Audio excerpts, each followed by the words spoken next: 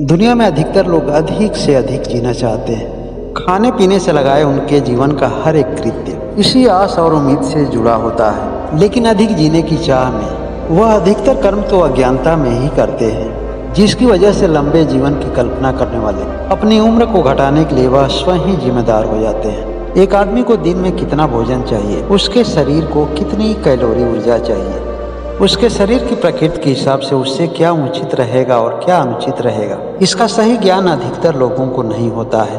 उनकी जीवन शैली दूसरे की जीवन शैली के नकल के आधार पर बनती है। उनका खाना पीना, बोलचाल और रहन सहन प्राकृतिक स्तर पर नहीं होता है, बल्कि सामाजिक स्तर पर बनता है। और ऐसे लोग अपने जीवन में जो भी कृत्य करते हैं, वह नौकरी करते हों या फिर व्यापार करते हों, उसमें ज़्यादातर अपने भले के बारे में सोचते हैं।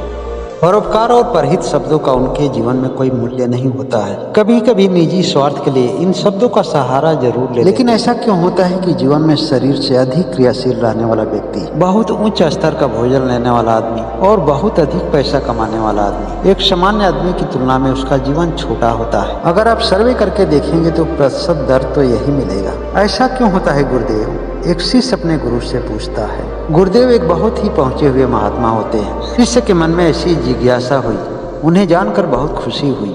उस शिष्य का नाम सतवंत था। महात्मा कहते हैं कि सतवंत सांसारिक नियम और रीति रिवाज में जीने वाले अधिकतर लोगों की जीवन की समस्याएं तो उनकी जीवन शैली से ही उत्पन्न होती है। एक आदमी को सुखी और स्वस्थ होने के लिए उसे जीवन के 3 स्तरों पर विशेष ध्यान देने की आवश्यकता होती है: शारीरिक, मानसिक और सामाजिक। महात्मा अपने शिष्यों को समझाने के लिए एक छोटा सा किस्सा बताते हैं। हरेश नामक एक गांव का एक नौजवान था। बेरोजगारी में वह इधर उधर भटक रहा था। एक बार वह काम की तलाश में गांव से शहर गया।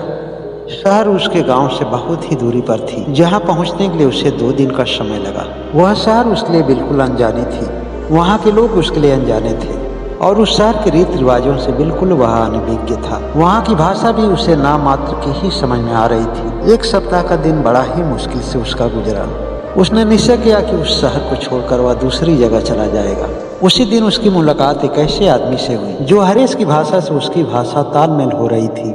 हरेश के बाद विचार से पता चला कि वह आदमी हरेश के क्षेत्र का ही रहने वाला था। वह आदमी उस शहर में बहुत दिनों से रह रहा था। हरेश ने अपने जीवन की बहुत सारी बातें बताई और उस शहर में आने का उद्देश्य भी उस आदमी को बताया। उस आदमी ने हरेश से कहा कि चिंता मत करो, मैं जिस कंपनी में काम करता हूँ उसका मालिक मुझे बहुत ही मानता है। मैं अपने मालिक से मिल करके उससे बात करके तुम्हें कोई न कोई काम अवश्य दिलवा देंगे। हरेश बहुत कम पढ़ा लिखा था, इसलिए उसे कोई ऑफिशियल काम नहीं मिल पाया। हरेश को एक ऑपरेटर के हेल्पर के रूप में काम मिला, लेकिन वह दिमागी रूप से बहुत ही तेज था। हरेश बहुत ही व्यवहारिक लड़का था और इसकी बातों में भी बहुत मधुरता थी। वह उस कंपनी में काम करने वाले सभी वर्करों से भिन्न था और उसकी सोच भी भिन्न थी। वह समय से बहुत ही पहले कंपनी में पहुंच जाता था और समय पूरा होने के बाद भी कंपनी में कुछ न कुछ काम करता रहता था। काम के प्रति उसके मन में बहुत ही लगन थी। उसका ऑपरेटर भी हरेश पे बहुत ही खुश रहता था। हरेश की मेहनत और ऑपरेटर के सहयोग से वह शीघ्र ही उस कंपनी में ऑपरेटर बना।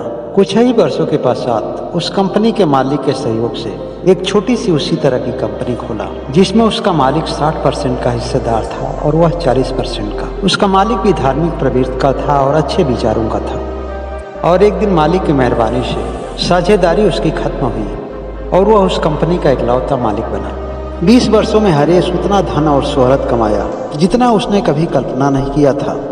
हाँ, एक कल्पना जरूर करता था, मेहनत की और शीघ्र ही उसे सत्य कर देता था। उसके जीवन का अधिकतर समय उसके उद्देश्य पे रहता था।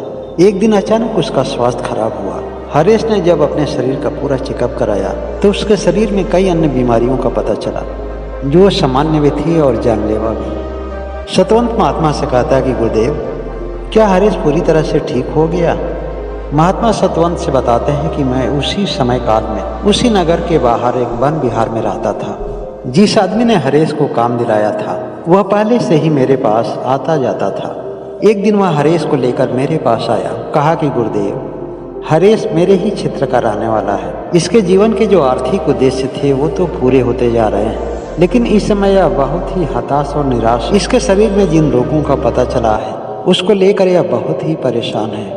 आप ही इसे सही सलाह दें। हो सकता है कि आपकी दया दृष्टि से, आपकी कृपा से इसका उद्धार हो जाए। हरेश ने अपने शरीर की सभी समस्याओं को परीक्षण से पता चले सभी रोगों के बारे में बताया। महात्मा हरेश से कहते हैं कि यह सारी समस्याएं तुम्हारे जीवन शैली से उत्पन्न हुई है, क्योंकि तुमने जीवन के केवल एक पहलू पर अपने पूरे ध्यान को एकाग्र कर दिए। शरीर को चलने के लिए जिस तरह नियमित सांसों की आवश्यकता होती है, उसी तरह इसको पूर्ण रूप से स्वस्थ रहने के लिए नियमित रूप से शरीर की सभी दिनचर्याओं पर ध्यान देना पड़ता है। ऐसा यह बिल्कुल संभव नहीं है कि एक दिन बहुत ज्यादा सांस ले लो और एक दिन समय के अभाव में सांस लेना ही कम कर दो या सांस लेना ही भूल जाओ। एक दिन अनावश्यक अत्यधिक भोजन ले लो और एक हफ्ते भोजन ही ना लो, और यदि लो भी तो तुम्हारे शारीरिक प्रकृति के विपरीत हो। जीवन के सभी क्षेत्रों में संतुलन बनाए रखने के लिए सभी क्षेत्रों की दिनचर्या पर नियमित रूप से ध्यान देना पड़ता है। संपूर्ण सफलता के लिए संपूर्ण संतुलन की आवश्यकता पड़ती है। तुम अगर चाहते हो कि तुम पूर्ण रूप से स्वस्थ हो सको, तो इसके लिए तुम्हारे पास केवल एक ही विकल्प है, और वह है प्राकृतिक इलाज,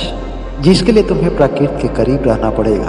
अपने सभी वातावरण को चेंज करना पड़ेगा। महात्मा ने अपने शिष्य से बताया कि 6 माह तक हरेश आश्रम में ही रहा। वह हर दिन थोड़े समय के लिए अपने कंपनी के कामों को देखने जाता था।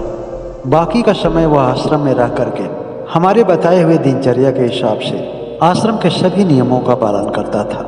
आश्रम में जो भोजन बनता था उसे ही प्रसाद समझकर ग्रहण करता था, और आश्रम में रहकर कुश की चटाई पर ही सोता था।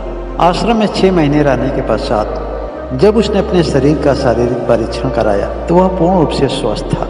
महात्मा ने हरेश से कहा कि हरेश, अब तुम घर जा सकते हो, लेकिन घर में रहने के पश्चात भी अभी कुछ समय तक तुम आश्रम के जीवन शैली के आधार पर ही अपना जीवन जीना।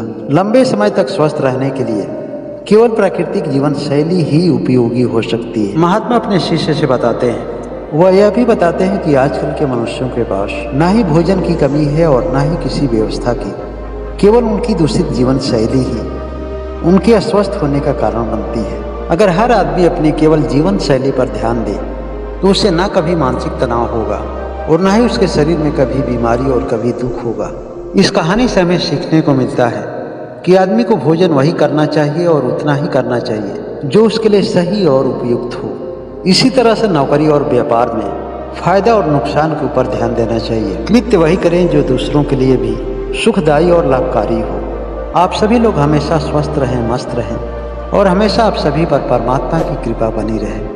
जो लोग अभी तक इस चैनल को सब्सक्राइब नहीं किए हैं, इस चैनल को जरूर सब्सक्राइब कर लें। आप सभी को बहुत बहुत धन्यवाद।